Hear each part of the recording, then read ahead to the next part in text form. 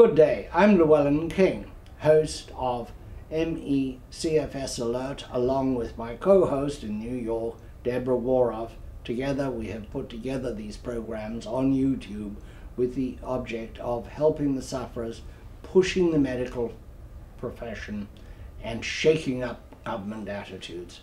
And no one has shaken the government up better than Dr. Leonard Jason of DePaul University in Chicago. It was Dr. Jason who said basically to the government, to the CDC in Atlanta, there are more sick people than you are counting. And suddenly that count, under pressure and data from Leonard Jason, went from around 20,000 to 1 million, and now they're counting possibly too many, possibly 4 million. Welcome to the broadcast. Thank you. That's a stunning achievement, as much as anybody has probably done in changing the attitude of people to the number of sufferers. I mean, giving essentially some recognition to society, to the politicians, how big a problem this is. Do you have any idea what it costs the country to have 1 million people who cannot work? We have done some economic studies, and our estimate is probably about $20 billion a year. You are a sufferer and functioning pretty energetically, if I might say so. We're all glad of that. Is it a fact that men tend to be able to perform better when they have CFS than women? Or is that purely a misinterpretation of known cases? Well, it's very interesting that the sympathetic system is probably different in males versus females. That's probably one of the reasons that the immune systems are different. If you look at a number of autoimmune diseases like lupus and MS, even fibromyalgia, they tend to be more females. So there's probably biological reasons for this male versus female difference in prevalence. In terms of recovery, or in terms of coping, or in terms of improvements over time, I would say you really need to look at the individual. Some individuals might not have been impaired as much initially. Some people might have had more supports to allow them to kind of begin to heal and cope. Some people might have had less pressures on them. Certainly there's lots of different conditions to help us understand why one individual seems to be improving while another person isn't. I'm not a doctor, obviously. I'm a journalist, and looking the way journalists do at what we can see, which is often not enough, it seems to me that this may be a contagious disease because you have clusters, and there's a long history of identifying the clusters, going back actually I think into the 18th century, but more recently 1955 in England, and then 1985, a very seminal year, with 2 big outbreaks in the US, one in Nevada and one in New York State. How contagious is it? It's a really important question you're asking, and many people have been wondering about that.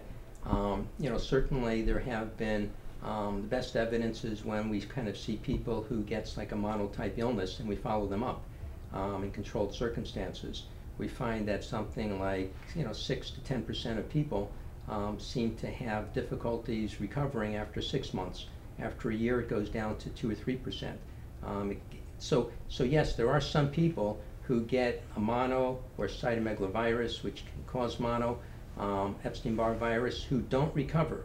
So clearly, it seems like the illness can be precipitated by some type of viral insult. Now, Martin Lerner and several other people are going to be presenting some papers at some upcoming conferences that are actually going to suggest that it's actually more complicated, that it might not be the full Epstein-Barr virus, it might be particles, certain proteins within it that are not resolving, that might be implicated in what's going on with disease pathology. So this is a very complicated issue. We need the best of science. We need the best minds. We need a multidisciplinary effort to come close to understanding the nature of this problem. The direct question here is, if your spouse or a child, or if you are a parent with a child, how much should you be concerned about contagion, about spreading it? I would say that if you are genetically predisposed to get this illness, Just like some people are genetically predisposed to get heart disease and cancer, and you have certain types of precipitating events, that there might be a likelihood that a person would develop the illness. But I think it's a complicated set of issues of exposure, of genetics, of predisposition, that help us understand who gets the illness versus who doesn't. In one of the most famous outbreaks in Nevada and Lake Tahoe, at Incline Village, there were 300 people, many of them children. Likewise in Lyndonville up in New York, about the same number. Could they all have that same predisposition? That seems improbable to me. Well, it's a genetic predisposition, but there's also environmental events that are going on too. Two very different environments. One rich, sunny, one cold, poor. Well, it's very interesting that there was also one in Raleigh, North Carolina at the same time that was reported. And what was unique to those three kind of outbreaks is that, for example, in the high school, there was refinishing of the floor that brought out certain types of environmental chemicals that might have been implicated. And an orchestra in North Carolina, Raleigh, where a lot of the orchestra members got sick with this illness, also had their floors being refinished at the time. So in terms of what's really going on, there could be a variety of different issues involving the environment, exposure, in terms of genetic vulnerability, and possibly other events too. So all we're saying is that it's probably a variety of factors that could be causing these individuals to get sick. I've heard from a lot of people who have the disease, in some cases where the partner is also infected, with enormous fear for their children. And in one case, I think the child had become infected, if that's the correct description. This is a very serious situation. On top of being very sick, unable to cope, there now is the worry that you're essentially lethal to your nearest and dearest. Is there any reassurance that medicine can give at this point? Would you suggest that families break up, or that they have some special precautions and non-exchange maybe of bodily fluids or of cleaning surfaces, the normal things we do when a contagious disease is around? You know, we have looked at family histories of people who have this illness, and we do find differences. And endocrine diseases seem to be more common in patients' histories with their family members. What do you mean by endocrine? Things like diabetes and things like that. We see more evidence of that. So I guess the question is, do I think families should break up? Absolutely no. Do I think families should be concerned about their children? Absolutely yes.